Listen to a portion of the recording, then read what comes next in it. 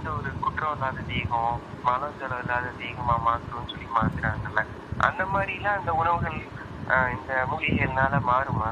சாப்பிட்டு சாப்பிட்டு எப்படி ஐயா புரியல நீங்கள் சொல்கிறது? இப்ப இவ்வளவு நேரம் வந்து ஒரு சன்மார்க்கத்தை வந்து இது பண்றாங்க. இப்ப நீங்க சொல்றீங்கல்ல, நம்ம ஏத்துக்கிறோம் உணவுகள்னு மட்டும் இல்லாம கொள்கைகளோ இல்ல வந்து நல்ல நல்ல பண்புகளை வச்சு நம்ம ஏத்துக்கிறோம். அதே நேரத்துல இந்த உடல் ரீதியா வந்து தேகத்தை வந்து மாத்துறாங்கல்ல, அதாவது அசுத்தம் இல்லாத தேகம், மலஜலம் அந்த மாதிரி இல்லாத தேகம் எல்லாம் மாத்துறாங்கல்ல, அந்த மாதிரி இதுக்கு உணவுங்கிறது ஒரு முக்கியம் இருக்கும் தானே இல்லையா? ஆமா ஆமா ஆமா ஆமா அதுல கேக்குறேன், எனக்கு தெரியாது, எனக்கு கேக்குறேன். அந்த மாதிரி அதுக்கு முக்கியம் உண்டு தானே உணவு? அதுக்கு முக்கியமானது தானே? ஆமாம், மூலிகை முக்கியமானது தான், மூலிகை முக்கியமானது தான். மூலிகையில் வந்து சாமி சொல்கிறது கரிசாலை வந்து உடம்பு வந்து ரொம்ப நாளைக்கு முக்தி அடைகிற வரை தேகத்தை நீட்டிக்கிறதுக்கு நல்ல ஒரு ஔஷதி. அதே மாதிரி தூதுவளை, வல்லாரை, பொன்னாங்கண்ணிலாம் வந்து உடம்புக்கு ரொம்ப நல்லது. உடம்பு நீங்கள் கீரை கிடைக்கும்போது அது பகலில் காலையிலையும் சேர்த்துக்கலாம், மதியமும் சேர்த்துக்கலாம், ராத்திரியில் கீரை சேர்க்கக்கூடாது. பொன்னாங்கண்ணி டெய்லி கூட சேர்த்துக்கலாம் கொஞ்சம் கொஞ்சம். உடம்பு வந்து சமநிலைப்படுத்தும். அந்த மாதிரி நம்ம உங்களுக்கே தெரியும். இதையே இன்னொருத்தர்கிட்ட கேட்க வேண்டியதில்லை. இப்போ அந்த காலத்துலலாம் நான் கேட்டுக்கணும் இது பண்ணாங்க, புக்கு பார்த்து அது பண்ணாங்க. சில முக்கியமானது வந்து நம்ம தெரியாமல் சாப்பிட்றோம். இப்போ அகத்திக்கீரை இருக்குது இல்லைங்களா, மரத்துக்கீரை, அதெல்லாம் சாப்பிட வேண்டான்றார். அதில் ஏதாவது ஒரு பிரச்சனை இருக்கும், அது நமக்கு தெரியாது, அது ஞானிகளுக்கு மட்டும் தெரியும். எப்போனா ஒரு நாள் சாப்பிட்றதுனால ஒன்றும் தப்பு ஒன்றும் இல்லை, அதனால் ஒன்றும் தப்பு இல்லை. இப்போ சிறுகீரை, அரைக்கீரை, முளைக்கீரை, பசலைக்கீரை, இது மாதிரி கீரை வருது, தெருவில் வருதுன்னா அதெல்லாம் சாப்பிட்டுக்கலாம். எல்லா கீரையுமே நல்லது தான், உடம்புக்கு வைட்டமின் இருக்கிறது தான் கீரை வகைகள். அது சாப்பிடவே மாட்டேன்னுலாம் ஒன்றும் கிடையாது. அப்படின்னா கடவுள் வந்து இந்த மாதிரி செடி கொடி மரத்தில் சாப்பிடவே கூடாதுன்னா இதெல்லாம் ஏன் விளைவிக்கிறாரு? என்னைக்கா இதெல்லாம் ஏகதேசம் சாப்பிட்டுக்கலாம்.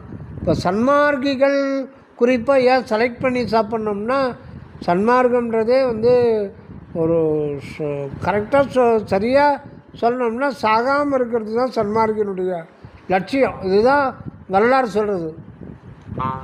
சன்மார்க்கம்னா ஏதோ வந்து நித்திய தீபத்தை கண்ணாடி குண்டில் மெயின்டைன் பண்ணிக்கிறது, நித்திய தீபத்தை 24 மணி நேரம் எரி விடுறது, அதை பார்த்துக்கிறது, கர்சாங்கண்ணி சாப்பிட்றது, தம்பை சுற்றி செய்கிறது, வாழை வாங்கிறது, ஒரு வேளை சாப்பிட்றது, 1.5 வேளை சாப்பிட்றது, கரிசாலை கஷாயம் குடிக்கிறது, தலைமையில் வந்து வெள்ளை துணி முக்காடு போட்டுக்கிறது, இதெல்லாம் வந்து புற வேஷம்தான். இதெல்லாம் புறநிலையில் இருக்கிறதா. இதுக்கும் சன்மார்க்கத்துக்கும் ஒன்றும் இது கிடையாது. சன்மார்க்கம்ன்றது நீங்கள் அகநிலை பற்றி தெரிஞ்சுக்கிறது தான். நம்முடைய இன்னர் செல்ஃப், நம்முடைய சுயம்ன்றது என்ன, அது தெரிஞ்சுக்கலைன்னா நம்ம இருக்கிறதே வேஸ்ட்டுன்றார். நம்ம இருக்கிறதே வேஸ்ட்டு. இப்போ நான் அப்படின்னு சொல்கிறோம் இல்லைங்களா, அதுக்கு என்ன டெஃபனிஷன் சொல்லுவீங்க நீங்கள்? நான் அப்படின்னா என்னன்னு சொல்லுவேன். நீங்கள் சும்மா சொல்லுங்களேன். நான் அப்படின்னு சொல்கிறோம் இல்லைங்களா, நானுன்னா என்ன?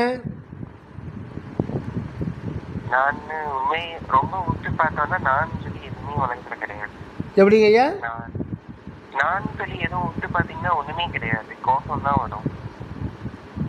அப்படி இப்போ நீங்கள் வாயில் ஜாங்கிரி வச்சா இன்னைக்கு தான் இன்னைக்கு இல்லையா?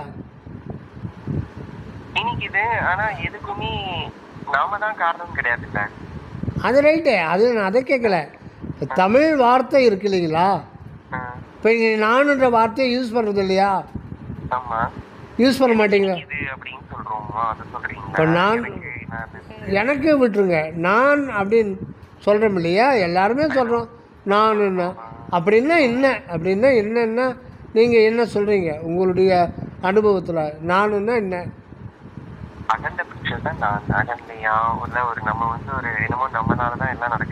இல்லை இல்லை இல்லை, அது கிடையாது. இப்போ கோழி இருக்குது, ஆடு இருக்குது, மாடு இருக்குது, எல்லாத்துக்குள்ளவே நானுன்ற ஒரு உணர்வு இருக்குது. நானுன்றது ஒரு சொல்லு தான். இங்கிலீஷில் ஐன்னு மாறும். அந்த சொல்லு வந்து இது கிடையாது. நான்ன்றது ஒரு இருப்பு. நீங்கள் இருக்கிறீங்க இல்லையா, அதை நீங்கள் சொல்கிறீங்க. உங்களுடைய சுயம் சொல்லுவாங்க. உங்களுடைய சுயம் அது எல்லாருக்குமே நான்ன்ற அது ஒரு உணர்வு. நான்ன்றது ஒரு உணர்வு. அந்த உணர்வு வந்து எல்லாருக்கும் ஒரே மாதிரி தான். எறும்பு கூட அது ஒரே மாதிரி தான் இருக்கும். தோற்றம் வேறு வேறு. எறும்பு உடம்பு தோற்றம் வேறு மாதிரி இருக்கலாம், ஈக்கு தோற்றம் வேறு மாதிரி இருக்கலாம், ஆடுக்கு தோற்றம் உருவத்தோற்றம் வேறு மாதிரி இருக்கலாம், மாடுக்கு உருவத்தோற்றம் வேறு மாதிரி இருக்கலாம், உங்களுடைய உருவத்தோற்றம் வேறு மாதிரி இருக்கலாம், அடியனுடைய உருவத்தோற்றம் வேறு இருக்கலாம், பாம்புனுடைய மேலே சட்டை வந்து அது வேறு வேறு. அதாவது வண்ணம் வேறு எனினும் வடிவு வேறு எனினும் மன்னிய உண்மை ஒன்றே. இதுதான் வரலாறு சொல்வது. உள்ளே இருக்கிற இந்த நான் இருக்கிறேன்னு சொல்கிறோம் இல்லைங்களா, அது எப்படி உங்களால் இருக்க முடியுது? நான் இருக்கிறேன், நான் இருக்கேன்பான்னு சொல்கிறோம் இல்லைங்களா, அது கூட அது வார்த்தை தான். அந்த உணர்வு அது இருந்துக்கிட்டே இருக்கு. இப்போ ஒன்றும் இல்லை, நீங்கள் தெருவில் போகும்போது ஒரு ஆடு போகுது, கோழி போகுது, மாடு போகுது, நாய் போகுது. இது ஒவ்வொன்றுத்துக்குள்ளவுமே அதுக்கு சொல்லாக்க தெரியாது. நம்ம சொல்லாக்குறோம். இருக்கிறேன்னு நம்ம சொன்னோம். நீங்கள் இருக்கிறேன்னு நீங்கள் சொன்னால் தான் இது பண்ண முடியுமா? நீங்கள் இருக்கிறேன் அப்படின்னு நீங்கள் சொன்னால் தான் உங்களுடைய இருப்பை நீங்கள் கன்ஃபார்ம் பண்ணிக்க முடியுமா? கேட்குறேன். நீங்கள் சொன்னாலும் சொல்லனாலும் நினைச்சாலும் நினைக்கிறனாலும் இருக்கிறேன்றது அது உணர்வு, அது சொல்லு கிடையாது. அது தெருவில் போகிற நாய்க்கு கூட அதே மாதிரி தான் இருக்கும், கோழிக்கும் அதே மாதிரி தான் இருக்கும். அப்படியே நீங்கள் வந்து வெளி தோற்றத்தை புறத்தோற்றத்தை மனதால் வந்து மனக்கண்ணால் நீக்கிட்டு அந்த உணர்வு மட்டும் பார்த்திங்கன்னா அங்கே நீங்கள் தான் இருப்பீங்க எல்லா இடத்துலையுமே. அது பொது. நான் இருக்கிறேன்ற அந்த உணர்வு நம்ம சொல்லாக்கிறோம். அது சொல்லு கிடையாது. அது ஒரு உணர்வு. அது இயற்கையாக அந்த மாதிரி ஒரு உணர்வு. இப்போ தெருவில் போகிற நாய் அது தோன்றுச்சு மறைய போகுது நம்மளை மாதிரி. ஆனால் அது நாம் வந்து ஒரு தப்பு கணக்கு போடுற கற்பனை, எனக்கு இந்த தேதியில் பிறந்தோம் அப்படின்னு சொல்லிட்டு நமக்கு தெரியாது, நம்முடைய அனுபவம் கிடையாது. குறித்து வச்சுருப்பாங்க, இல்லை அம்மா சொல்லுவாங்க, அதை வச்சு சொல்கிறோம். நமக்கு வந்து நம்ம எப்போ பிறந்தோன்றதும் நம்முடைய அனுபவம் கிடையாது. அது செத்து போனால் சொல்லவே வேண்டியதில்லை. செத்து போகிறது நமக்கு அனுபவம் ஆகுமா? பக்கத்து வீட்டுக்காரன் தான் சொல்லுவான் அவர் செத்து போயிட்டாருன்ட்டு. அது நம்முடைய அனுபவம் கிடையாது. பிறப்பு ஆரம்பமும் முடிவும் கிடையாது உண்மையில். அதுதான் சீக்ரெட்டுன்றது. அதுதான் இருத்தல். இருக்கிறேன்ற அந்த உணர்வுக்கு வந்து ஆரம்பமும் கிடையாது முடிவும் கிடையாது. ஒரு மாயத் தோற்றத்தினால அது புது சட்டை போடும்போது தாய் கருப்பைக்குள்ளே இருந்து வர்ற மாதிரி இருக்கே தவிர, ஆனால் உணர்வு நிலைன்றது டிஃப்ரெண்ட்டு. அந்த பக்கமே வேறு, இந்த பக்கமே வேறு. அந்த நீங்கள் வந்து ஆடு மாடு கோழி இதனுடைய உருவத்தோற்றத்தெலாம் எடுத்துகிட்டு இருக்கிறேன்றது என்னன்னு பார்த்தா அது வந்து ஒரு உருவமோ ஒரு பொருளோ ஆற்றலோ கிடையாது. அது ஒரு உருவமோ பொருளோ தோற்றமோ ஆற்றலோ மாசோ கிடையாது. அது வந்து ஒரு அறிவு. அந்த அறிவு வந்து திடீர்னுலாம் வரவே முடியாது. இந்த உலகத்தில் திடீர்னு எதனா வந்திருக்கா? எதனா ஒரு உதாரணம் உங்களால் சொல்ல முடியுமா? திடீர்னு தோன்றது சொல்லுங்கள். ஏதாவது உங்களுக்கு தெரிஞ்சது திடீர்னு தோன்றது, முன்பு இல்லாமல் இருந்து திடீர்னு தோன்றி திடீர்னு மறைஞ்சு போகிறது எதனா இருக்கா?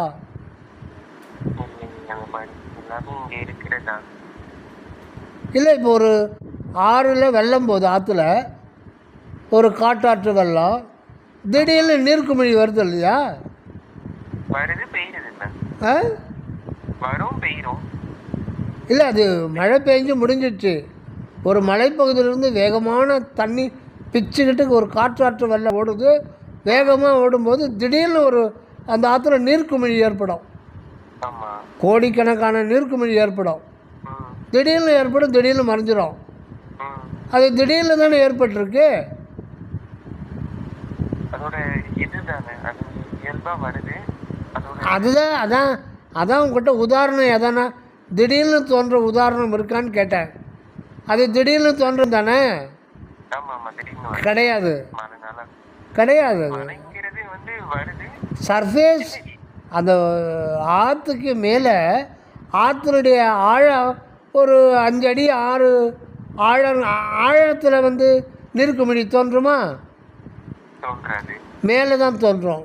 மேலே ஏன் தோன்றுதுன்னா அது அப் அண்ட் டவுன்ஸு இருக்கு இல்லைங்களா? ம், அது பாஞ்சு வேகமாக வரும்போது சர்ஃபேஸில் எப்போவும் காற்று இருக்கும். ம், அந்த அப் அண்ட் டவுன்ஸ் வரும்போது ஒரு லாக் ஆகிடுச்சுன்னா மேலே இருக்கிற காற்று வந்து கொஞ்சம் அதில் லாக் ஆகிடும், அவ்வளோதான். ம், காற்று லாக் ஆகிடுது. காற்று அந்த சர்ஃபேஸில் லாக் ஆகுது, மறைஞ்சிடுது. இதில் வந்து அது வந்து தோற்றம், அதனுடைய மாற்ற தோற்றம் தான். காற்றும் அந்த கொஞ்சம் தண்ணீர் நீர்க்குமிழின்னும் போது அதில் ஒரு ட்ராப் தான் வரும், ம். நிறையலாம் இருக்காது. பெருசாக இருக்க நீர்க்குமிழி, பட் அது மொத்தத்துக்கு பார்த்தீங்கன்னா அது ஒரு ட்ராப்பே மெல்லிய ஜவ்வாக இருக்கும். ம். அதுக்குள்ளே காற்று இருக்கும். அப்போ காற்று புதுசா இல்லை நீர் புதுசா? அதில் காத்து கொட்டுதா, நீட்டு கொட்டுதா? எதுவுமே புதுசு இல்லை. அதில் ம், கொஞ்ச நேரம் அது தோற்றம் அப்படி தோற்றிக்குது, பழைய நிலைக்கு போயிடுது. ம், இப்போ ஒரு சொட்டு தண்ணி எடுக்கிறீங்க, ம், ஒரு டம்ளர் தண்ணி எடுக்கிறீங்க.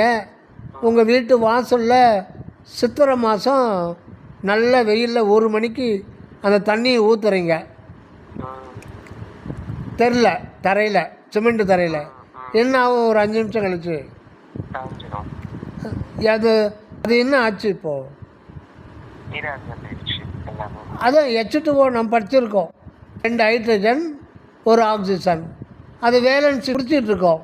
அது குறிப்பிட்ட வெப்பநிலையில் அந்த வேலன்சி பாண்டேஜ் வந்து உடஞ்சிரும்.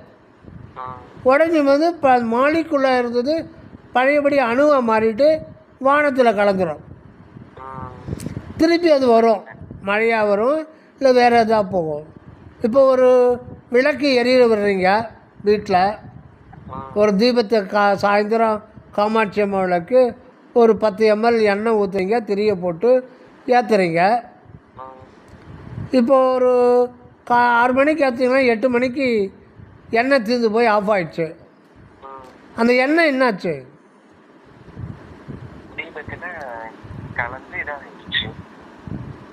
எண்ணெய் அது வந்து ஒரு ஃபேட் மாலிக்யூல் தான். அது சேச்சுரேட்டட் அன்சேச்சுரேட்டட் ஃபேட் மாலிக்யூல். அது நிறைய பாண்டு இருக்கும். அதில் வந்து மேக்ஸிமம் 99% இந்த கேஸ் ஆட்டம்ஸ் தான் இருக்கும்.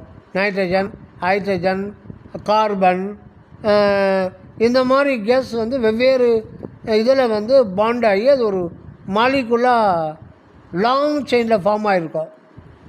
நீங்கள் தீக்குச்சியிலேருந்து அந்த உஷ்ணத்தை அந்த திரியில் கொடுக்கும்போது என்ன ஆகுதுன்னா அது வாங்கிக்கின்னு வெளியில் இருக்கிற ஆக்சிஜனை அது உள்ளே இழுத்து சாப்பிட்டு அந்த ஹீட்டு ஃபார்ம் ஆகும்போது அந்த லாங் செயின் மாலிகுல் இருக்கிற அந்த பாண்டுலாம் உடையுது. அந்த பாண்டு உடையும் பொழுது ஒரு தீ வெளிப்படுது, ஒரு அப்பீரன்ஸ். அந்த ஹீட்டு ஒரு வடிவம் கொண்டு ஒரு பொன் நிறத்தில் ஒரு தீபமாக தெரியுது. அது வந்து ஒரு நிகழ்ச்சி தான், தீன்னு ஒரு அணுவே கிடையாது.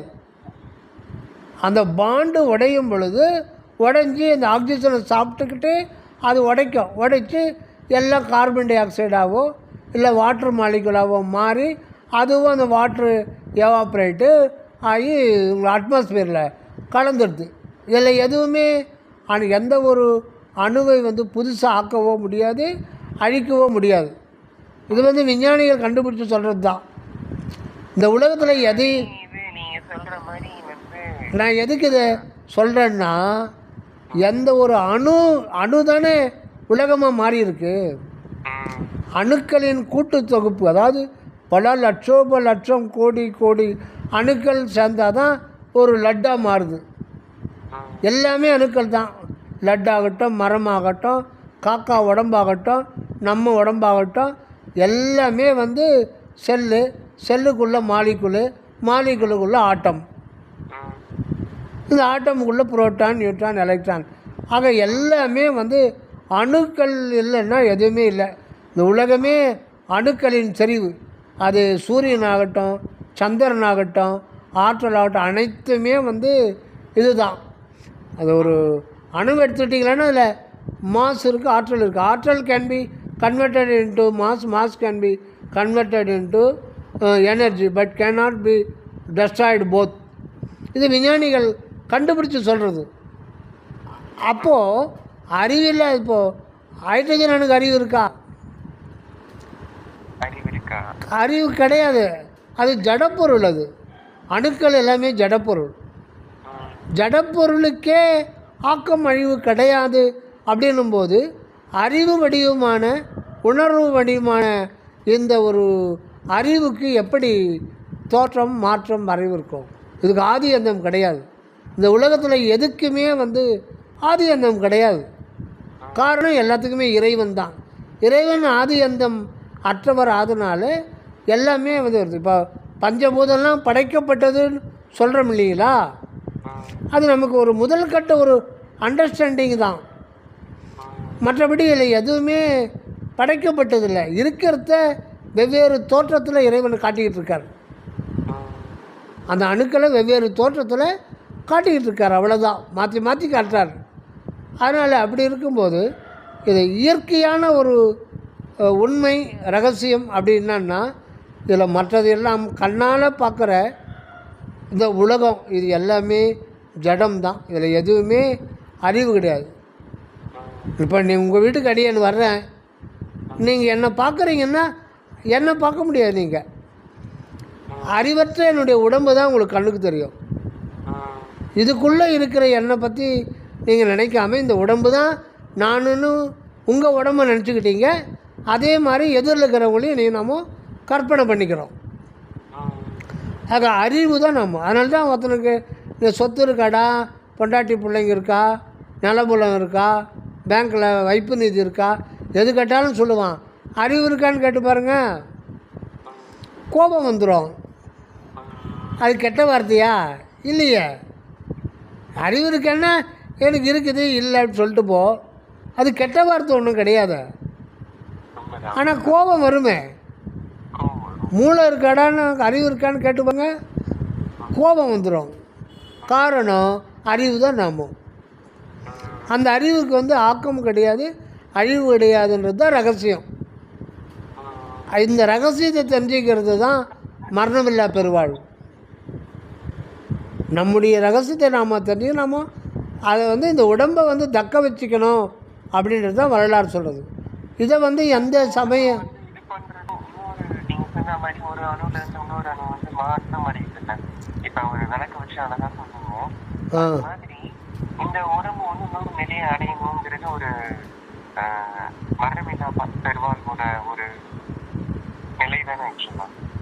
ஆமாம். அதாவது இப்போ இருக்கிற இந்த உடம்பு அது சுத்தமாகும் பொழுது இப்போ வந்து இது பஞ்சபூதத்தினுடைய கூட்டு தொகுப்பு தான் இது. நீங்கள் இதில் இந்த தீயும் நீரும் வந்து அது தனி பூதமே கிடையாது. நம்ம தீயை பார்த்தோம், அது ஒரு தனி பூதம் கிடையாது. நம்ம முதல் கட்ட அண்டர்ஸ்டாண்டிங் மக்கள் தீயை பார்க்குறோம், நெருப்பை பார்க்குறோம். அதனால் அது ஒரு 5 பூதங்களில் ஒரு பூதம்னு சொல்கிறோம். தண்ணி ஒரு தனி பூதம் கிடையாது. அது காற்றினுடைய 2 வகையான காற்று சேர்ந்தால் அது தண்ணியாகுது. ஆக 3 தான் முக்கியம். ஒன்று விண் பூதம், அது விண் ஆகாய பூதம். அந்த பொதுவாக நம்ம சுற்றி இருக்கிறது ஆகாயம்தான், வெட்டவெளி. நம்ம உட்காந்துக்கிறோமே இங்கேயே வெட்டவெளி இருக்கு. வெட்டவெளி இல்லாத இடமே கிடையாது. வெளியில் போய் பார்க்கணுன்னு இல்லை, நம்ம வெட்டவெளிக்கு நடுவில் உட்காந்து இருக்கோம். நம்ம சுற்றி வெட்டவெளி இருக்குது. நம்ம மொத்தமாக வெட்டவெளின்றோம், ஆனால் அப்படி கிடையாதான். இதுதான் வரலாறு வந்து அகவலில் நல்லா சொல்லுவார். இதை திண்டுக்கல் சுவாமி சரவணானந்த அவர்கள் தான் நல்லா தெளிவாக இருக்குது. அது ஒவ்வொன்றுமே ஒரு அணுக்களால் ஆனது. ஒவ்வொரு தனித்தனி ஒரு குண்டூசி நுனியில் பல்லாயிரக்கணக்கான லட்சக்கணக்கான தனித்தனி விண்ணணுக்கள் எடுக்கலாம் ஒரு குண்டூசி நுனி மேலே. அப்படி ஒவ்வொரு தனித்தனி அணு ஒன்று ஒன்றுமே அது விண்ணணு. ஆனால் இது விஞ்ஞானத்தில் வந்து இதை வந்து அகப்படாது. ஏன்னா விஞ்ஞானிகள் லேபில் டெஸ்ட் பண்ணோம். இப்போ எப்படி இப்போ கோர்ட்டில் வந்து ஒருத்தன் ஒரு கொலை பண்ணிட்டான், 2 கொலை பண்ணிட்டான், சாட்சி இருந்தால் தான் அவனுக்கு தண்டனை கொடுக்க முடியும். சாட்சி இல்லைன்னா அவனை விடுவித்துருவாங்க. அதே மாதிரி தான் சயின்டிஸ்ட்டு அதுக்கு லேபில் வந்து அவன் டெஸ்ட்டு பண்ணால் அதில் வந்து வரணும், அதுக்கு அகப்படணும். ஆனால் விண்வெளின்றது விண் அணுக்கள் அகப்படாது. அது வந்து கண்ணுக்கு தெரியாத ஒரு பொதுவாக விண்ணணுன்றதே ஒரு அறிவு அணு தான். ஆனால் ஜடம்தான், அதுக்குள்ளே அறிவு இருக்கின்றார் சரவண சாமி. ஒவ்வொரு விண்ணணுக்குள்ளும் ஒவ்வொரு விண்ணணுக்குள்ளுமே வந்து மின்காந்த சூழல் இருக்குது. அது அப்படியே இருந்தது, எப்போவுமே இருக்கிறது தான். அது வந்து ஆதியில் எத்தனையோ ஆயிரம் கோடி ஆண்டுகளுக்கு முன்னாடி அந்த விண்பூத அணுவை ஒவ்வொரு விண்பூத அணுவுக்குள்ளவும் அந்த மின்காந்த சூழல் இருக்கும். அது வந்து ஒரு சர்க்கியூட் மாதிரி ஃபார்ம் ஆகி ஒவ்வொரு சென்டரில் அது குவியும் போது எலக்ட்ரான், நியூட்ரான், புரோட்டான் 3 பார்ட்டிக்கலாக அது ஒரு ஆற்றல் தான். 3 ஆற்றலும் ஒன்று சேரும்போது அது ஒரு மாசாக வந்துடுது. அதுதான் முதல்ல ஹைட்ரஜன் அணு, ஆக்சிஜன் அணு, நைட்ரஜன் அணு, கார்பன் அணு, இப்படி காற்றணுவாக வந்து அதுக்கப்புறம் வந்து அந்த காற்றணுவிலேருந்து அது நீரணுன்றது தீயணு அப்படின்னு சொல்கிறாங்க. ஆனால் வருங்கால விஞ்ஞானம் அதை பற்றிலாம் விளக்கம். அதுக்கு அடுத்தது நீங்கள் பார்த்தீங்கன்னா இதுதான் மண்ணு தான். அது ஒன்றும் இல்லை, அந்த மின்காந்த புலமாக இருந்தது இப்போ வந்து அது வந்து மின்காந்த பார்ட்டிகளாக மாறிடுது. எலக்ட்ரான் அது வந்து நெகட்டிவ் பார்ட்டிகள், அது நெகட்டிவ் கரண்ட்டை கொடுக்கும். புரோட்டான் அது வந்து பாசிட்டிவ் கரண்ட்டை கொடுக்கும், மின் சக்தி கொண்டது. நடுவில் இருக்கிறது நியூட்ரான் அது வந்து எதுவும் கிடையாது, அதில் எந்த மின்சாரமும் கிடையாது. இப்போ என்னென்னா அதே ஹைட்ரஜன் அணு எடுத்துக்கிட்டிங்கன்னா ஒரு நியூட்ரான், ஒரு எலக்ட்ரான், புரோட்டான். அதே நீங்கள் தங்கத்தை எடுத்துட்டிங்கன்னா அது 78 82 இருக்கும். எண்ணிக்கை மாறுபடுது. அந்த எலக்ட்ரானுடைய எண்ணிக்கை அங்கே ஏற்கனவே இருக்கிற காந்த புலத்தில் வந்து இன்னும் கொஞ்சம் அது வந்து சுழற்சி ஏற்பட்டு எண்ணிக்கை அதிகமாக அது வந்து வெவ்வேறு கனிமங்களாக, மெட்டல்களாக, உப்புக்களாக மாறுது. எதுவும் புதுசாக இல்லை. எலக்ட்ரானுடைய எண்ணிக்கையும் புரோட்டானுடைய நியூட்ரான் எண்ணிக்கையும் மாறுபடுது.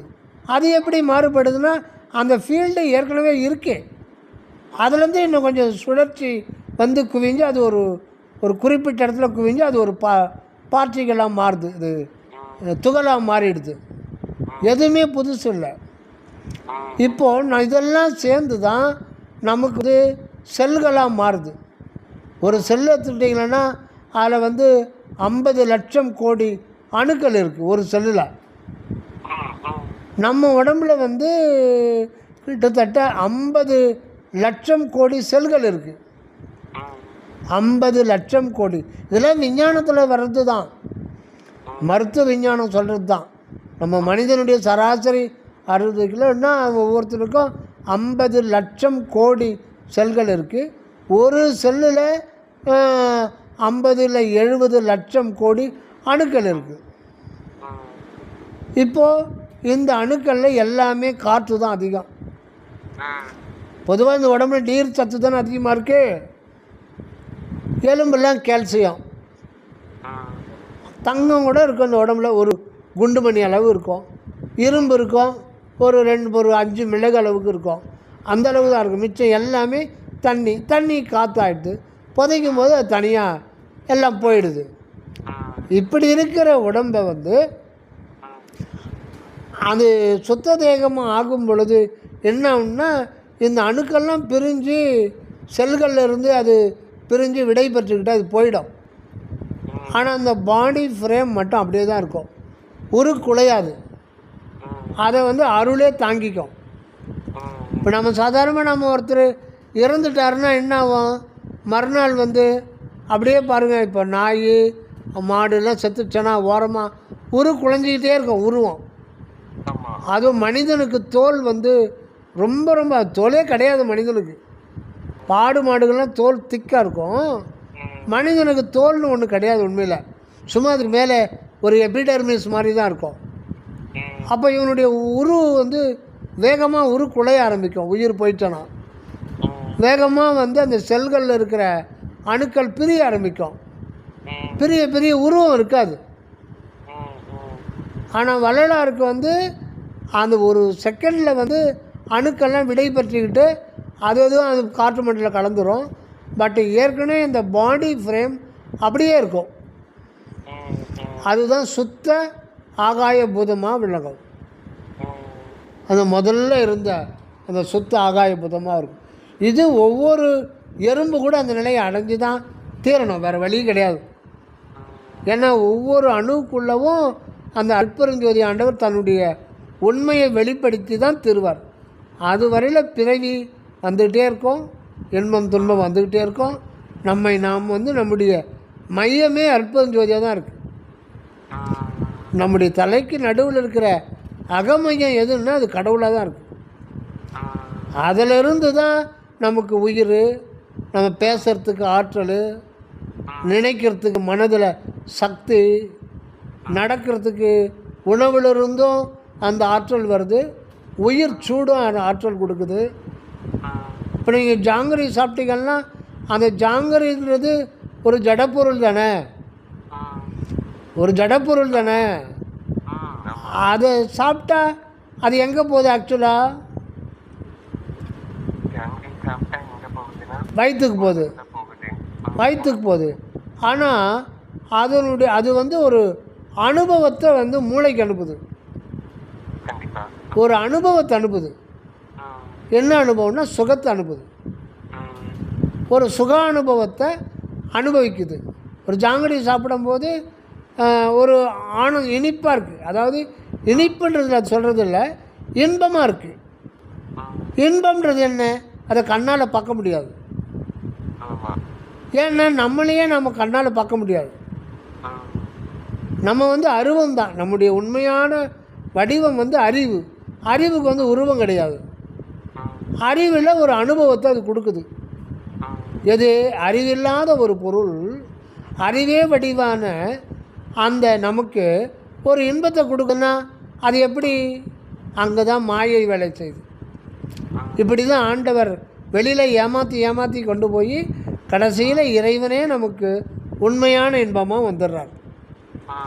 அதுவரையில் இந்த உலக வாழ்க்கையில் நாம் பலவிதமான தொல்லையும் துன்பமும் நோய் நொடியும் சோதனையும் வேதனையும் பட்டு தேறி முடிவில் ஐயோ இது மாய வாழ்க்கை, இது பொய், மாய வாழ்க்கையை மெய்யன் எண்ணி மதித்திடா வகை நல்கினான் வேயத்தோல் உமை பங்கன் மணிவாசகர் பாடுவார்.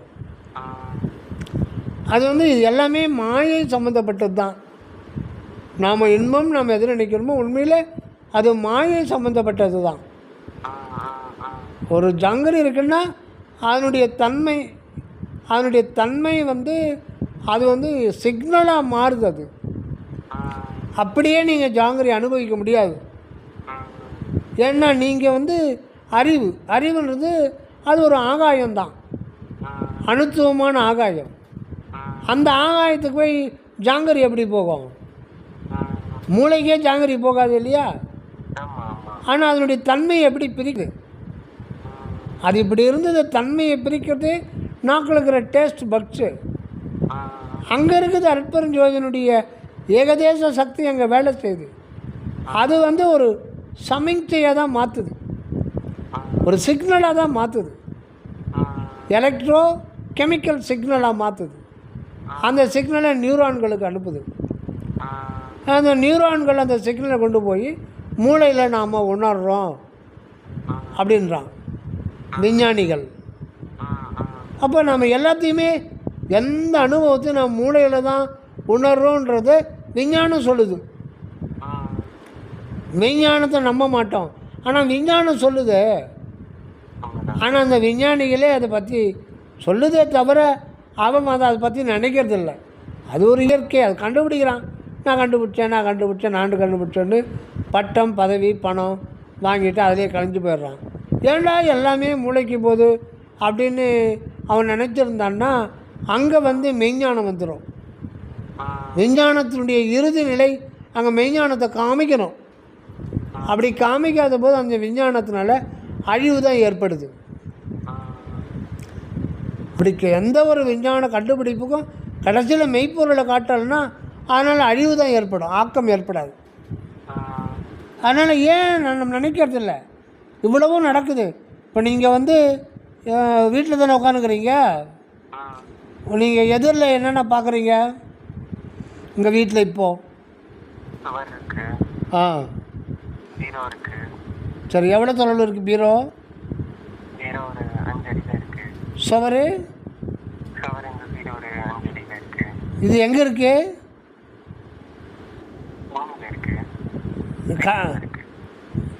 இல்லை, நீங்கள் பீரோவை எங்கே பார்க்குறீங்கன்னா அது ஒரு அனுபவம், உங்களுடைய காட்சி அனுபவம். நீங்கள் மூளையில் தான் அது விசிபிள் ஆகுது. மூளையில்னா மூளை கிடையாது. மூளைன்றது ஒரு செல்லு தானே, செல்லு ஜடம் தானே. அந்த மூளை பகுதியில் தான் அறிவுன்றது அது ஒரு ஆகாயம். அது எல்லாமே இந்த ரெட்டினா, அப்புறம் பப்பில், இந்த மாதிரி ஏகப்பட்ட ப்ராசஸ் ஆகி சிக்னலாக மாறி அந்த சிக்னல் நியூரான்களுக்கு கொடுத்து அந்த சிக்னலுக்கு ஒத்த ஒரு காட்சி அனுபவத்தை ஆண்டவர் நமக்கு கொடுக்குறார். மூளையில் ஒரு அனுபவமாக வர்றார். அது ஒரு காட்சி. உங்களுக்கு நீங்கள் பீரோவை பார்க்குறீங்க, செவரை பார்க்குறீங்க, நாற்காலி பார்க்குறீங்கன்னா அது ஒரு காட்சி அனுபவம். ஜாங்கரி சாப்பிட்றீங்கன்னா அது ஒரு சுவை அனுபவம். அது அனுபவம், த வேவ்ஸ் ஆஃப் எக்ஸ்பீரியன்ஸ். ஏன்னா அறிவுன்றது அது ஒரு ஆகாயம். அதுக்கு உள்ளே போனோம்னா அது ஒரு அனுபவம் என்கின்ற அலையாக தான் போகும். அதை பற்றி டெஃபினிஷன் சொல்லவே முடியாது. ஏன்னா அந்த அனுபவம் அலையாமல் இருக்கிறது கடவுளுடைய அருள், ஏகதேச அருள் தான். ஒரு கடல் நீரில் ஒரு ட்ராப்பை எடுத்துக்கிட்டு அதை 100 கோடியாக பிரித்து அதில் ஒரு பகுதி தான் நாம் அதை ஜாங்கிரி. இது எல்லாம் வெளியிலேருந்து போய் மின்னல் போல் மின்னி மறைஞ்சு போதும். ஆனால் கடல் அளவு, கங்கு கரை இல்லாத கடல் அளவு இருக்கிறவர் தான் சச்சிதானந்தம். அந்த மெய்ப்பொருளே சச்சிதானந்தம் இருக்குது. அது எங்கே இருக்குன்னா அறிவுக்கு உள்ளவே இருக்குது. அது அறிகிற வரையில் இந்த அறிவுக்கு இன்பம், மாயா இன்பம் வெளியிலிருந்து ஜடப்பொருள்களிலிருந்து இன்பம் இருக்கிற மாதிரி நமக்கு காட்டி கூட்டி வச்சு பக்குவப்படுத்துது. இன்பத்தை மட்டும் கொடுக்காம துன்பத்தையும் கொடுக்கும். ஆக இப்படிலாம் தான் நம்ம பக்குவப்படுத்திருக்கோம். எதுக்குன்னா நாம் இத்தை சாப்பிட்ணும் அத்தை சாப்பிட்ணும், முதல்ல அகநிலையை உணரணும், நம்முடைய சுயத்தை உணரணும். இருக்கிறேன்னு சொல்கிறோமே, எப்படி நம்மளால் இருக்க முடியுது? அதுதான் அறிவு. அது என்றும் இருப்பது, அது ஒன்றும் பண்ண முடியாது. நீங்கள் நினச்சாலும் நான் நினச்சாலும் அதிலிருந்து விட்டு ஒதுங்க முடியவே முடியாது. தெருல ஒரு நாய் போது அது சுதந்திரத்தில் இருந்துக்கிட்டு இருக்கு. அது இருந்துக்கிட்டு இருக்கு, நிகழ்காலத்தில் இருந்துக்கிட்டு இருக்கு. அது அதுக்கு பகுத்தறிவு ஆண்டவர் கொடுக்கல, அது இருந்துக்கிட்டு இருக்கு, அவ்வளோதான். பசி எடுக்கும், சாப்பிடும், காமம் வரும், அந்த உணர்வில் அனுபவம், அதுக்குரிய அனுபவம் போயிட்டே இருக்கும். அது நம்ம நாளைக்கு இருப்போமா தெரியாது, எப்போ நாம் இருக்க தொடங்கணும் தெரியாது. அதே தான் நம்ம கதையும். ஏன்னா அங்கே ஆரம்பம் முடிவு கிடையாது. இடையில் மாயை தான் உடல் புதுசாக பிறக்கிற மாதிரி நமக்கு அமைக்குதே தவிர, அது உள்ளே போய் நம்ம தியானத்தில் பார்த்தோம்னா அங்கே பிறப்பு இறப்பு என்பது பொய் என்பது நாம் தான் உணரணும். அது படித்து தெரிஞ்சுக்கிறது இல்லை, நம்மளே உணரணும், இப்போவே உணரணும். அதுதான் விசாரம். விசாரம் வந்து நமக்குள்ளே இந்த மனம்லாம் கடந்து உள்ளே போய் அதை பலகால் பழகனா பிறப்பிறப்பு என்பது பொய், நான் என்பது என்றும் உள்ள ஒரு அறிவு வெளி, அதை உணரணும். அந்த ஒரு நிலை வரணும்.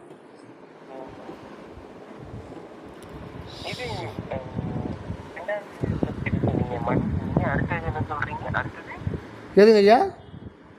ஆகாயம், ஆகாய அறிவு, ஆகாயம், ஆ விண் தத்துவம், மண் தத்துவம், ஆ அந்த தத்துவம், நீங்கள் சொல்கிறது புரியலையா? விண் தத்துவம் சொன்னீங்க. ஒரு இடத்துல விண் தத்துவம் சொன்னீங்கல்ல, விண்வெளி தத்துவம். விண்வெளியா? விண்வெளி தத்துவம் சொன்னீங்க. ஆமாம் ஆமாம். சொல்றீங்க, அப்புறம் மண் தத்துவம் சொல்றீங்க.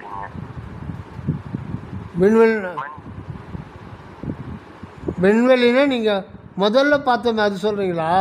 3 தத்துவம் சொன்னீங்கல்ல, 3 தத்துவம் மட்டும்தான் உண்டு நீங்கள்ல. அதாவது தீன்றது வந்து உங்களுக்கு வந்து அந்த மாலிக்குள் உடையும் பொழுது அந்த வருது. அதனால அது வந்து ஒரு தத்துவமா 3 தத்துவத்தை சார்ந்துதான் அது வருது. ஆமாம் ஆமாம். அது நீர், ஆகாயம், காற்று, காற்று, மண்ணுன்னா அதில் மெட்டல்ஸு, நான் மெட்டல்ஸு, கனிமம், சால்ட்டு, மணல் மொத்தம் அதில் அடங்கிடுது, எல்லாமே அடங்கிடுது. இப்போ சூரியன்லேருந்து தீ வருது இல்லைங்களா, அது ஒரு பூதம்னு சொல்கிறோம், தீ நெருப்புன்றோம். ஆக்சுவலாக நெருப்பு எங்கேருந்து வருது? அங்கே அணுப்பிளவு ஏற்படுது. அணுப்பிளவு ஏற்பட்டு உடனே சேர்க்கிறது. அங்கே வந்து இயற்கையிலேயே வந்து அணு வெடிக்குது, இயற்கையாகவே வெடிக்குது.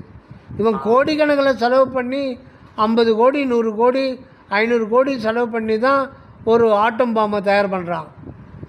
ஆனால் அங்கே வந்து பல பில்லியன் டன்னில் ஒரு மில்லியன் டன்னில் ஒரு செகண்டுக்கு சூரியனில் அணு வெடித்து உடனே சேருது. வெடிக்கும்போது அந்த புரோட்டானுக்குள்ளே இருக்கிற ஒரு ஜோதி வெப்பம் வெளியில் வருது, அது அவ்வளோதான். அது அதிலேருந்து வெளியில் வருது. அதோட சரி, அடுத்தது வெடிக்கும் போது அது கண்டினியூஸாக வந்துக்கிட்டே இருக்கும். சூரியன்றது வந்து ஒரு தொடர் நிகழ்ச்சி. அது எப்போவுமே இப்போ வெடிப்பு நின்று போச்சோன்னா அடுத்து வந்து ஒரு 15 நிமிஷம் கழித்து உங்களுக்கு வந்து அங்கே சூரியனே இருக்காது. 15 நிமிஷம் வரையில் அது பூமியை கடைசி அணு வெடிப்பு இங்கே வந்து சேர்ற வரல நமக்கு வெப்பம் வரும். அப்புறம் சப்போஸ் அணுவே வெடிக்கலை, ஸ்டாப் ஆகிடுச்சுன்னா சூரியனே இருக்காது. அது தொடர் நிகழ்ச்சி. அது அதே மாதிரி தான் நாமளும் தொடர் நிகழ்ச்சி. இருக்கிறேன்னு சொல்கிறோம் இல்லைங்களா, அது அறிவு நிலையில் கடவுள் வந்து தன்னை விளக்கம் செய்து கொண்டே இருக்கிறார். உணர்வாக விளக்கம் செய்கிறார். இருப்பு நிலையிலிருந்து மனிதனில் தன்னை அறிவாக விளக்கம் சுடர் போல விளக்கம் செய்து கொண்டே இருக்கிறார். அது இயற்கை, அது ஸ்டாப்பே ஆகாது. பனையா தீபம் சொல்கிறான் இல்லைங்களா, அது பொய் தானே? ஆமாம். என்னைக்கான இன்றைக்கி ஏற்றி வச்சிங்களேன்னா அது நாம் இருக்கிறதுல எரிஞ்சிட போகுது. அது எப்படி அணையா தீபம்னு பேர்? ஏற்கனவே நீங்கள் தீபம் கொத்தி வச்சு தானே ஏற்றி வச்சிங்க. அணையா தீபம்ன்றது உண்மையில் நீங்கள் தான், அடியன் தான், ஆடு தான், மாடு தான். அதுதான் அணையா தீபம். அந்த அணையா தீபத்தை கண்ணில் பார்க்க முடியாது. அது வந்து புதுசாக வந்து ஏற்றவும் முடியாது, அதை அணைக்கவும் முடியாது. ஆபத்தை நீக்கி வளர்த்தே அடியேன் ஊழத்தே தீபத்தை ஏற்றியது பாரீர் திருச்சிற்றம்பலத்தே திருநட ஜோதி சொல்கிறார் இல்லைங்களா. தீபம்னா இந்த தீபம்ன்றது அது ஒரு சுடர், உணர்வு சுடர். நாம் நினைக்கிற மாதிரி வெளிச்சம் நினச்சிடக்கூடாது. கண்ணாடி கூண்டுக்குள்ளே ஏற்றி வைக்கிறோம் இல்லையா, அந்த மாதிரி ஒரு வடிவத்துலேயோ வெளிச்சமோ அந்த மாதிரிலாம் நினைக்கக்கூடாது. எப்படி தீபம் சதா சுடர் விட்டுக்கிட்டே இருக்க, அது ஒரு நிகழ்ச்சி தானே. மாலிக்குள் வந்து தொடர்ந்து பாண்டு கட்ட வைக்குது. அதனால் அந்த நேரத்தில் வந்து அதில் இருக்கிற அலைகள், அந்த வெப்ப அலைகள் வந்து நமக்கு வந்து ஒரு கண்ணுக்கு ஒரு தீயாக தெரியுது ஒரு கலரில். அது வந்து ஒரு ஆற்றலும் கிடையாது, அது ஒரு வேவ்ஸ் தான். எலக்ட்ரோ மேக்னெட்டிக் வேவ்ஸில் அது ஒரு தோற்றம், அப்படி தான் சொல்ல முடியும். அந்த மாதிரி நாம் அறிவு சுடர், அது வந்து அனைவரும் நீங்கள் விரும்பினாலும் விரும்பாவிட்டாலும் இருந்து தான் ஆக வேண்டும். காரணம், அந்த இருத்தல் என்பது ஒவ்வொரு உயிருக்குள்ளும் இயற்கையாக தானே விளங்குது. உங்களுடைய முயற்சி கிடையாது. நீங்கள் இப்போ நீங்கள் இருக்கிறீங்கன்னா அது உங்களுடைய முயற்சி கிடையாது. அது ஒரு நிகழ்ச்சி. இயற்கையினுடைய அறிவு நிலையில் தன்னை அப்படி விளக்கம் செய்து கொண்டே இருக்கிறது இயற்கையினுடைய பேராற்றல் பெரும் சக்தி.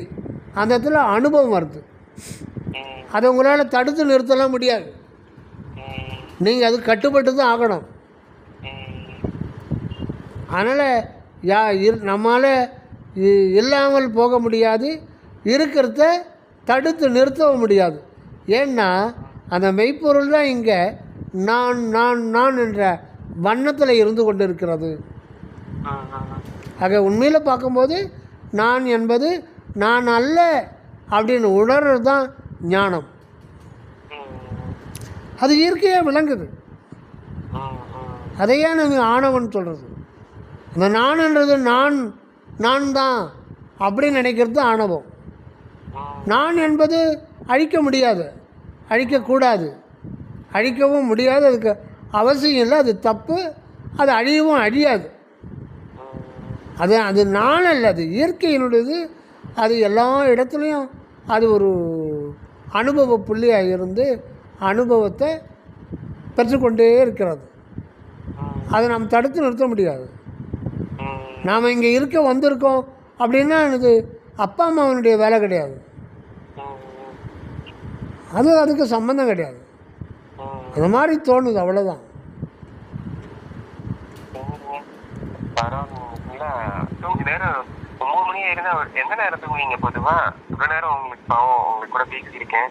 அதெல்லாம் ஒன்றும் இல்லையா, அதெல்லாம் ஒன்றும் இல்லை. 9 மணிக்கு தூங்கிடுவீங்களா? என்னங்கய்யா? காலையில் இல்லை வேமா தூங்கிட்டு காலையில் வெள்ளன எழுந்துருவீங்களா? 3 மணி 4 மணிக்கு எழுந்துருவீங்களா? அது எப்போ தூக்கம் தெரியுதா போய் எழுந்துப்பேன். அது ஒரு கணக்கெல்லாம் வைக்கிறது இல்லை. விடிகாலம் பொதுவாக எழுந்துப்பேன். வந்து இது பண்ணணும்னு நினைப்பாங்கல்ல, பாராயணம் பண்ணணும்னு அப்படின்லாம் இருக்குங்களா? தோத்திரம் பண்ணுவேன். பாராயணம்னா அகோல் பாராயணம் அந்த மாதிரிலாம் அது முன்னெல்லாம் பண்ணிகிட்டு இருந்தது தான்.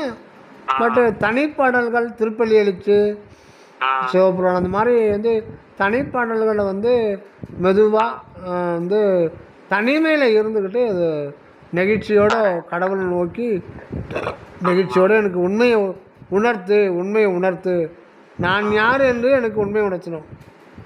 என்னை காட்டி எனக்குள்ளே இருக்கும் நின்னை காட்டியே அப்படின்னு வேறு வள்ளல் பெருமான். என்னை காட்டி எனக்கு உள்ளே இருக்கும் நின்னை காட்டியே. அதனால் இறைவன் வந்து தன்னை காட்டுவதற்கு முன்னாடி நம்மளை யாருன்னு நமக்கு காட்டி கொடுக்குறார். அவரே தான் இங்கே அனுபவ வாழ்வுக்காக நாம வந்திருக்கிறான்னு சொல்கிறது தான். அதுதான் முதல். ஆக நானாக இருப்பதும் சரி, அந்த நானுக்குள்ளே தானாக இருப்பதும் சரி, ரெண்டுமே கடவுள் தான். இங்கே நானும் சொல்லிக்கிறதுக்கு ஒன்றுமே இல்லை. அதாவது இதெல்லாம் வந்து ரொம்ப ஒரு ஒன்றும் இல்லாத அவ்வளவு நம்ம வந்து அதாவது எல்லாமே இங்கே இருக்கிறது. இதில் வந்து இந்த மாதிரி இதெல்லாம் சொல்கிறீங்க தத்துவங்கள், இதை வச்சு உடம்பு இந்த மாதிரி இதுன்னு சொல்கிறோம். இது வந்து உயிரோட ஒரு உயிருக்கு சுற்றி உள்ள உடம்பு வச்சு உள்ள ஒரு இது விஷயங்கள்லாம் சொல்கிறோம். ஒன்றும் இல்லை அனுபவம் என்னென்னமோ சொல்கிறோம், இது பண்ணுறோம். இதை தாண்டி வந்து இப்போ நம்ம சில விஷயங்கள் இந்த சொல்கிறோம் தெரியுமா, ஒரு பக்னத்தார் வந்து ஒரு நிலையை அடைஞ்சாங்க அப்படின்லாம் வந்து நம்ம பேசுறோம். அவங்க வந்து அந்த கரும்பு வச்சுட்டு ஒரு இடமா போவாங்க, திருவொற்றியூர்ல தான் இது கிடைக்கும்னு சொல்லி ஒரு இது இருக்கும். பிறகு வந்த உடனே அங்க அந்த உடலும் அந்த இதுக்கேற்ற மாதிரி மாறி இருக்கும். அதுக்கு முன்னாடி மாறுது அதெல்லாம் நமக்கு தெரியாது. இல்லை, பழைய முறைகள்லாம் வந்து இறைவன் இப்போ வந்து தவிர்த்துட்டார். பழைய முறைகள் அவங்க வந்து என்னன்னா இந்த உடல் வாழ்வு வேண்டான்றாங்க. உலக வாழ்க்கை வேண்டாம். அதுதான் பெரிய திருப்பம். நேர் எதிராக இருக்கிறது. உடல் இல்லைன்னா ஆன்மாவினுடைய இரு விளக்கம் மறைபடும் அப்படின்றது தான் இதுவரையில் பழைய ஞானிகள் அறியாத ஒன்று. உடல் போயிடுச்சுன்னா, அதாவது அவங்க ஆழ்ந்த ஒரு உள்ளவே அந்த அகநிலையிலேயே உள்நிலையிலேயே அப்படியே நிஷ்டை கூடி அதிலே இருந்துருவாங்க. அப்படி இருக்கிற நேரத்தில் என்ன ஆகுன்னா, உடலை மறந்துடுவாங்க, உயிரை மறந்துடுவாங்க, சுவாசமும் நின்றுடும். அது ஒரு சுழுமணியில் லாக் ஆகி அப்படியே நின்றோம். இல்லை, பட்னத்தார் அப்படி கிடையாது. பட் பட்னத்தாரும் ஒரு சித்தர் மாதிரி தான். ஆனால் அவங்க இந்த உடல் தேவையில்லை. சித்தர்களாகட்டும், முந்தைய ஞானிகளாகட்டும், அடியார்களாகட்டும், பக்தர்களாகட்டும், எல்லாமே இந்த உடல், உயிர், மனம் இதெல்லாம் தேவையில்லை ஆன்மாவுக்கு. இறைவனை உணர்கிற வரையில் தான் இதனுடைய தாட்சியம் தேவை. அதுக்கப்புறம் இதெல்லாம் தேவையில்லை அப்படின்னு நினச்சதே தப்புன்றார் வள்ளலார். ஏன்னா உடல், உயிர், இந்த மனம் இதெல்லாம் ஆஃப் ஆகிடுச்சுன்னா ஆன்ம விளக்கமும் ஆஃப் ஆகிடும். இது இந்த உண்மையை இறைவனே முன்பு தெரிவிக்கவில்லை. அதனால் இப்போ நீங்கள் சொல்கிற பட்டத்தாரும் சரி, மணிவாசகரும் சரி, திருநாமந்த ஞானிகள் எல்லாமே உடல் உயிர் கடன்ற போது ஆன்மாவனுடைய இருப்பு மறைபட்டு போயிடும்.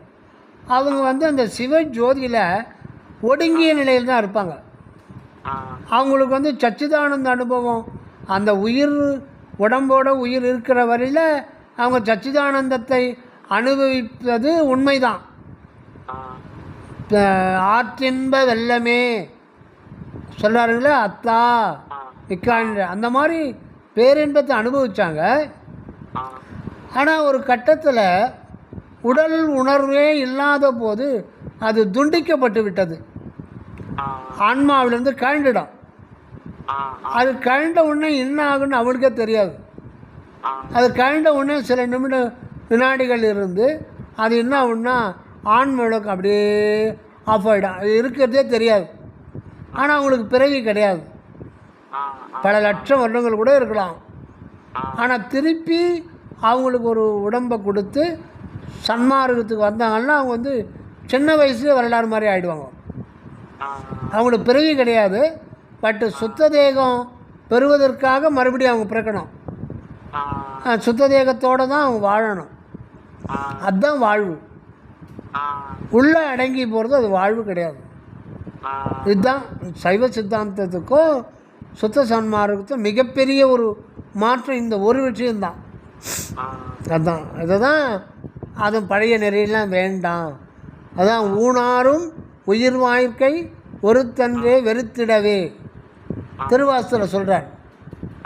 இந்த உடம்பும் வேண்டாம், உயிரும் வேண்டாம், உற்றாரை யான் வேண்டேன், ஊர் வேண்டேன், பேர் வேண்டேன், எதுவுமே வேண்டான்றார். அப்போ எல்லாமாய் ஆண்டவர் இருக்கும்போது ஏன் வேண்டான்னு சொல்கிறீங்க? ஆக புறம் வேறு அகம் வேறு அப்படின்னு பார்க்கும்போது அப்போ புறம் கடவுளுக்கு அந்நியமான ஒன்றா? அப்போ புறநிலைன்றது கடவுளுக்கு அந்நியமானதா? கடவுளுக்கு அந்நியமாக எதுவுமே கிடையாது. அப்போ ஏன் இத்தனை கோடி பிறவிகளில் உருவத் தோற்றத்தோடு அந்த ஜீவன் வந்துக்கிட்டு இருக்கு?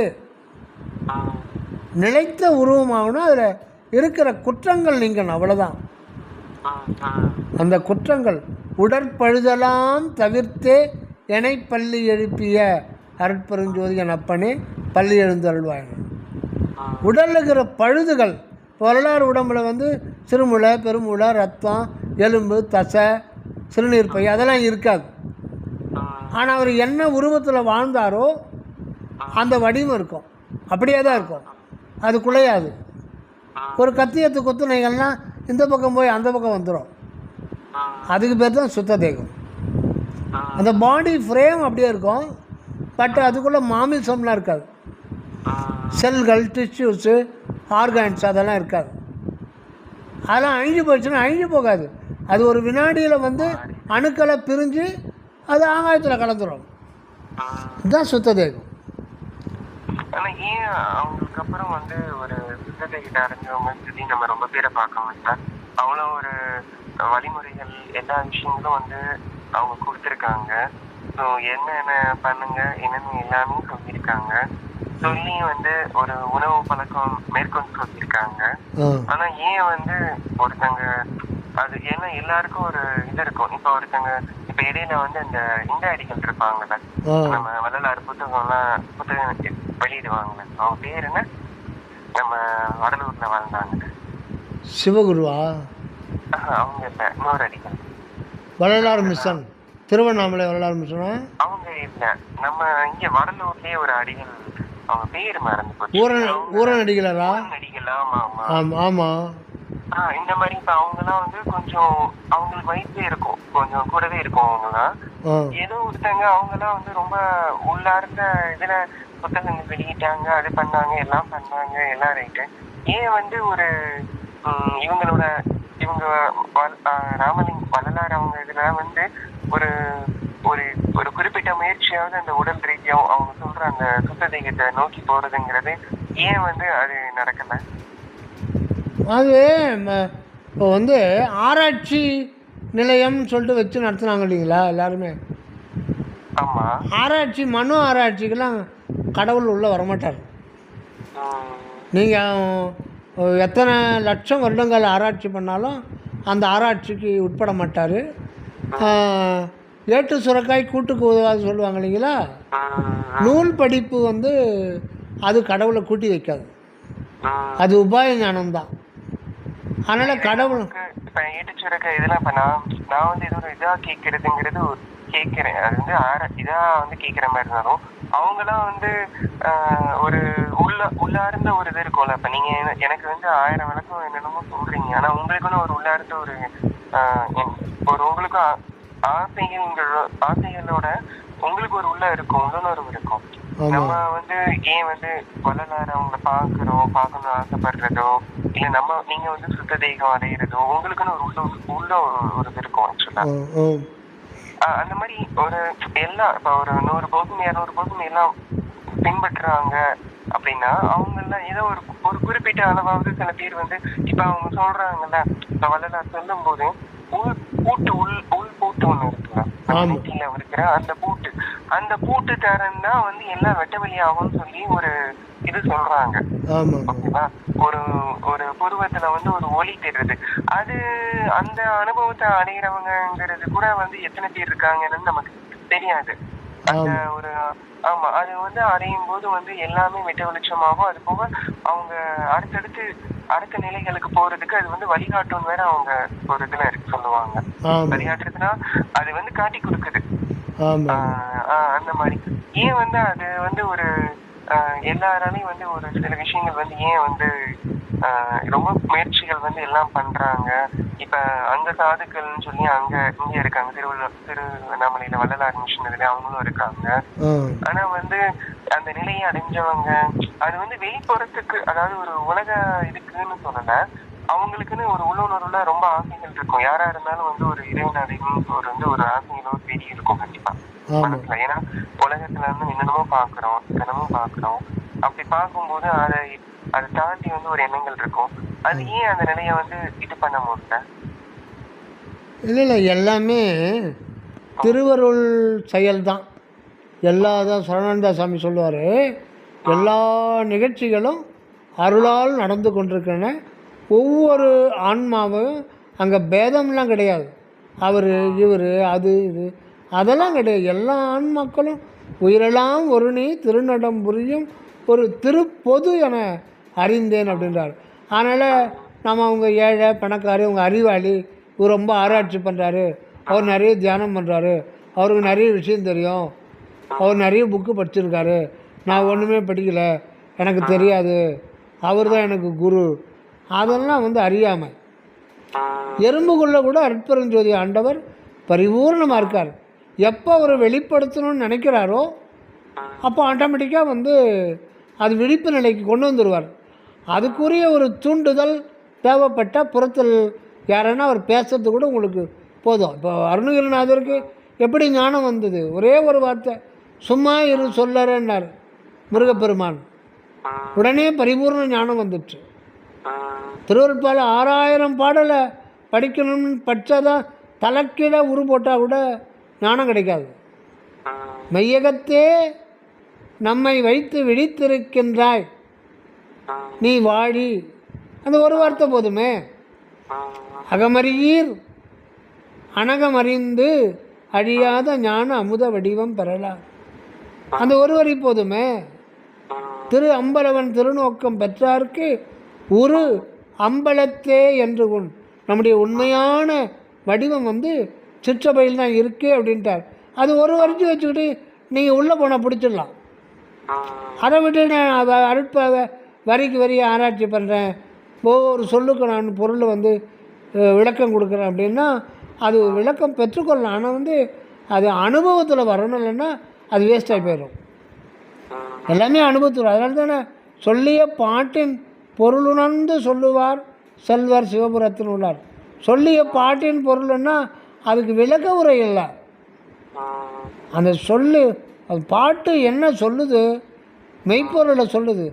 அந்த மெய்ப்பொருள் நமக்கு பொருள் பொருள் உணர்ந்தின பொருள்னா அர்த்தம் கிடையாது. அது கோணார் தமிழ் உரைன்னு அர்த்தம் பண்ணிக்கூடாது. பொருள் அப்படின்னாலே கருணையும் சிவமே பொருள் என கொள்க. பொருள் அப்படின்னாலே அது மெய்ப்பொருளைத்தான் குறிக்கும். ஒரு சொல்லு, அந்த சொல்லு மெய்ப்பொருளை குறிக்குதுன்னா அது நமக்கு அனுபவம் ஆகாத வரையில் அது வேஸ்ட்டு தான். எப்போ அந்த சொல்லு வந்து மெய்ப்பொருளாக அனுபவம் ஆகுதோ அப்போ தான் அந்த புறத்தில் அந்த உபாய ஞானத்துக்கு அதுக்கு ஒரு பிரயோஜனம். இல்லைன்னா பிரயோஜனம் இல்லாமல் போயிடும். நம்ம சொல்லையே பிடிச்சிக்கிட்டு பொருளை விட்டு பொருளை உணர்த்த வருவதற்காக தான் மொழி வழி அது புறத்தில் சொல்லாக்கப்பட்டு திருவருளால் நமக்கு வழங்கப்பட்டுள்ளது. மெய்ப்பொருளை உள்ளே இருக்கிற மெய்ப்பொருளை புரிஞ்சிக்கணும் அப்படின்றதுக்காக மனதில் முதல்ல மன அறிவில் ஒரு தெளிவு ஏற்படணுன்றதுக்காக மொழி வழி ஒரு சொல் உருவாக்கப்படுகிறது கடவுள் அருளால். ஆனால் சொல்லையே படிச்சுக்கிட்டு அதை தொங்கிக்கிட்டு வந்து பொருளை விட்டுட்டு அப்புறம் என்ன இருக்குது? ஒரு பிரயோஜனம் இல்லையே. அதனால் ஆராய்ச்சியில் பண்ணக்கூடாது. உளவினில் அறிந்தால் ஒழிய மற்ற அலக்கின் அளவினில் அளவா அற்பருஞ்சொல் வாசித்து காணோதாதது வாசித்து அருணகிரிநாத பெருமான் சொல்லுவார், வாசித்து காணோனாதது பூசித்து கூடோனாதது வாய்விட்டு பேசோனாதது.